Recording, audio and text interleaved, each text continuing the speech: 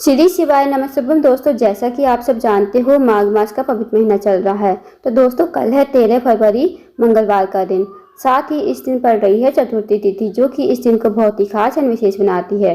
दोस्तों, यदि आपके जीवन में धन संपदा की बहुत ज़्यादा कमी है, व्यापार में वृद्धि नहीं हो रही है, या आपके जीवन में कोई भी मनोकामना है जो काफ़ी दिनों से पूर्ण नहीं हुई है, या आपके विवाह में अड़चन आ रही है, बाधा आ रही है, तो इन उपायों को अवश्य कीजिएगा। दोस्तों, यह वीडियो दोस्तों आपके लिए है। इस वीडियो में आपको 5 गेहूं के दाने से अचूक उपाय बताया जाएगा, जो आपको मंगलवार के दिन अवश्य करना है। यदि आप इस उपाय को करते हो तो आपकी जो भी मनोकामना होगी वो अतिशीघ्र पूर्ण हो जाएगी।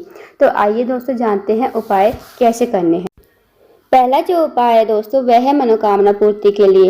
यदि आपकी कोई विशेष मनोकामना है, बड़ी से बड़ी, छोटी से छोटी, जो आपकी मनोकामना बहुत दिनों से पूर्ण नहीं हो रही है, या आपका कोई कार्य अटका हुआ है जो काफ़ी दिनों से पूर्ण नहीं हो रहा है, या आप किसी कार्य में हाथ डालते हो वो कार्य जो है आपका सफल नहीं हो पाता, तो इस उपाय को अवश्य कीजिए। इस उपाय को करने के लिए दोस्तों आपको लेना है 1 लोटा जल तांबे के पात्र में। साथ ही आपको लेने हैं 5 गेहूं के दाने। अब इस उपाय को आप सुबह से लेकर शाम तक कभी भी कर सकते हो। अब आपको इन्हें लेकर शिव जी के मंदिर में जाना है। 5 गेहूं के दाने और 1 लोटे जल को लेकर आपको शिव जी के मंदिर में जाना है। शिव जी के मंदिर में पहुंचकर सबसे पहले आपके पास जो 5 गेहूं के दाने हैं, उनमें से 4 दाने आपको निकाल लेने हैं। अब ये 4 दाने आपको गणेश जी के स्थान पर जलाधारी पर ही समर्पित कर देने हैं। अब दोस्तों, आप सबको पता होगा कि जलाधारी पर ही पूरा शिव जी का परिवार विराजमान है। दोस्तों, आपको बता दें कि जलाधारी पर गणेश जी का स्थान कहाँ होता है। जब हम शिव जी पर जल समर्पित करते हैं तो जहाँ से जल जो नीचे बहकर गिरता है ना, तो जलाधारी पर आप देखना राइट साइड पर, जलाधारी के राइट साइड गणेश जी का स्थान होता है। तो वहाँ पर आपको 4 गेहूं के दाने श्री शिवाय नमस्तुभ्यम बोलोगे 4 बार, और आपको ये दाने जो है गणेश जी के स्थान पर समर्पित कर देने हैं। उसके बाद जो आपके पास 1 गेहूं का दाना बचा है और 1 लोटा जल बचा है, वो 1 गेहूं का दाना आपको लोटे के जल में डाल देना है। उसके बाद थोड़ा सा जल आपको गणेश जी के स्थान पर, जहां आपने 4 गेहूं के दाने चढ़ाए थे, वहां आपको थोड़ा सा जल जो है श्री शिवाय नमस्तुभ्यम कहते हुए समर्पित कर देना है। उसके बाद दोस्तों, जो आपके पास जितना भी जल बचा है ना, वो आपको शिवलिंग के ऊपर, महादेव के ऊपर समर्पित कर दीजिए। उसके बाद आपको भगवान से प्रार्थना करनी है, जो भी आपके जीवन में समस्या है, चाहे वो धन से जुड़ी हुई हो, व्यापार से जुड़ी हुई हो, या आपकी नौकरी नहीं लग रही हो, या आपके जीवन में जैसी भी समस्या चल रही हो, आप महादेव से कहिए और विनती कीजिए। और 2 मिनट आपको मंदिर में बैठना है, श्री शिवाय नमस्तुभ्यम का जाप करना है। उसके बाद आपको भगवान को प्रणाम करके, विनती करके आपको अपने घर पर आ जाना है। तो दोस्तों, इस विशेष उपाय को अवश्य कीजिएगा, बहुत ही अचूक विशेष उपाय है। अब जानते हैं दोस्तों अगले उपाय के बारे में। अगला जो उपाय है दोस्तों, यदि आपका कोई कार्य अटका हुआ है बहुत दिनों से, आप किसी कार्य के लिए बाहर जाते हो, वो आपका कार्य जो है सफल नहीं हो पाता, या आप कहीं पर नौकरी ढूंढ रहे हो, इंटरव्यू ले जाते हो, सफल नहीं हो पाते, तो इस विशेष उपाय को अवश्य कीजिए। इस उपाय को करने के लिए दोस्तों आपको लेनी है 7 चने की दाल। अब चने की दाल जो आप लोगे खंडित नहीं होनी चाहिए, इस बात का ध्यान रखिए। साथ ही आपको लेना है 1 छोटा सा गुड़ का टुकड़ा और 1 तांबे के पात्र में 1 लोटा जल। अब आप इस उपाय को सुबह से लेकर शाम तक कभी भी कर सकते हो, मंगलवार के दिन। अब आपको इन्हें लेकर चले जाना है शिव जी के मंदिर में। शिव जी के मंदिर पहुंचकर सबसे पहले आपको जो है क्या करना है, जो आपके पास 7 चने की दाल है ना दोस्तों, वो आपको थोड़ी सी गीली कर लेनी है। अब आपको ये चने की दाल जो है शिवलिंग के ऊपर श्री शिवाय नमस्तुभ्यम कहते हुए 7 बार श्री शिवाय नमस्तुभ्यम बोलोगे और शिवलिंग के ऊपर समर्पित कर दोगे। उसके बाद जो दोस्तों आपके पास छोटा सा गुड़ का टुकड़ा है और 1 लोटा जल है, वो छोटा सा गुड़ का टुकड़ा आपको लोटे के ही जल में डाल देना है, और इस लोटे को हाथ में लेना है। अपनी मनोकामना बोलनी है, जो भी आपकी मनोकामना है भगवान से कहिए, चाहे वो धन से जुड़ी हुई हो, या आपका कोई कार्य अटका हुआ हो, बहुत दिनों से पूर्ण नहीं हो रहा हो, या आपकी नौकरी नहीं लग रही हो, या आपके जीवन में जैसी भी समस्या है, महादेव से कहिए, और इस लोटे के जल को आपको शिवलिंग के ऊपर समर्पित कर देना है। फिर आपको 2 मिनट मंदिर में बैठना है, श्री शिवाय नमस्तुभ्यम का जाप करना है। फिर आपको भगवान को प्रणाम करके, विनती करके आपको अपने घर पर आ जाना है।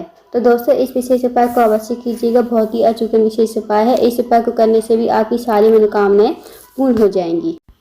अब जानते हैं दोस्तों अगले उपाय के बारे में। अगला जो उपाय है दोस्तों, वह है रोग मुक्ति के लिए।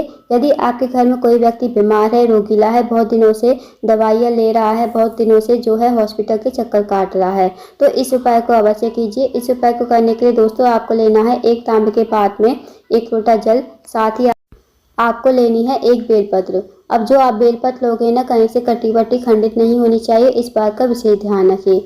अगर आपको बेलपत्री नहीं मिलती है कहीं से, तो आप महादेव के शिवलिंग से भगवान से विनती करके एक बेलपत्र जो है उठा सकते हो और उसे धोकर उसका प्रयोग कर सकते हो।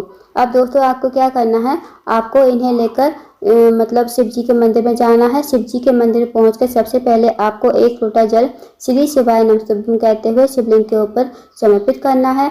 उसके बाद जो आपके पास एक बेलपत्री है उसे आप अपने हाथ में लोगे और महादेव से विनती करोगे। जो भी आपके घर में व्यक्ति बीमार है उसका नाम लोगे, गोत्र बोलोगे और इस बेलपत्र को आपको शिवलिंग के ऊपर समर्पित कर देना है।